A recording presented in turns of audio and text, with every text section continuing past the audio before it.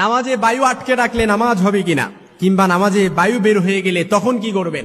অনেক ব্যক্তি আছে নামাজে বায়ু আটকে রাখে, নামাজ আদায় করে, কিংবা অনেক ব্যক্তি আছে নামাজে বায়ু বের হওয়ার সন্দেহের প্রবণতায় সে কি করবে সমাধান খুঁজে পায় না। দুজন ব্যক্তির জন্য রাসূলের হাদিস থেকে একেবারে স্পষ্ট সমাধান হচ্ছে। প্রথম হাদিসটি সহিহ বুখারী ও মুসলিমে এসেছে, দ্বিতীয় হাদিসটি নাসাইর বর্ণনা এসেছে। রাসূল সাল্লাল্লাহু আলাইহি সাল্লাম দুজন ব্যক্তির জন্য করণীয় বলে দিয়েছেন। প্রথম ব্যক্তি হচ্ছে নামাজে বায়ু আটকে রাখলে নামাজ হবে কিনা। এ সম্পর্কে আমরা যদি হাদিস দেখি, রাসূল সাল্লাল্লাহু আলাইহি সাল্লামের নাসাইর বর্ণনায় হাদিস এসেছে, রাসূল সাল্লাল্লাহু আলাইহি সাল্লাম বলেছেন, অর্থাৎ সব সময় দেখবেন শয়তান আপনাকে একটা কুমন্ত্রণা দিচ্ছে। আপনার মনে হচ্ছে আমার অজু মনে হয় নষ্ট হয়ে গিয়েছে, আপনার মনে হচ্ছে অজু মনে হয় নাই, এরকম সন্দেহ প্রবণতা সব সময় আপনার ভেতরে কাজ করে।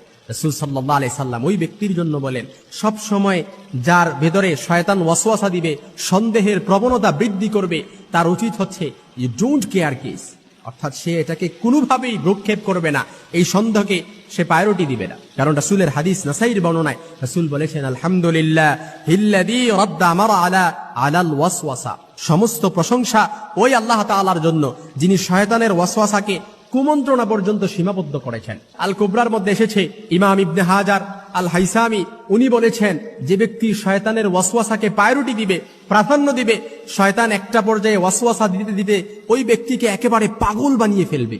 এই জন্য আপনার উচিত হচ্ছে, নাসাইর বর্ণনায় হাদিস থেকে রাসূল যেটা সমাধান দিয়েছেন, আপনার উচিত হচ্ছে শয়তানের ওয়াসওয়াসাকে কখনোই প্রাধান্য না দেয়া। এক্ষেত্রে আপনি নামাজে বায়ু আটকে, প্রস্রাব পায়খানা, আপনার খুব প্রচুর বেগ, আপনি যদি এটা নিয়ে শুরুতে এটা বেগ হয়েছে আপনি এটা নিয়ে নিয়ত করেন তাহলে মাকরুহ হবে, কিন্তু আপনার উচিত হচ্ছে এটা শেষ করে তারপর নামাজ নিয়ত করা। কিন্তু নামাজের মধ্যে যদি এরকম হয়, আপনার উচিত হচ্ছে নামাজটা শেষ করা। কিন্তু কোনো ব্যক্তির বায়ু বের হয়ে গেছে, সে আটকেও রাখে নাই, ওই ব্যক্তি করণীয় কি?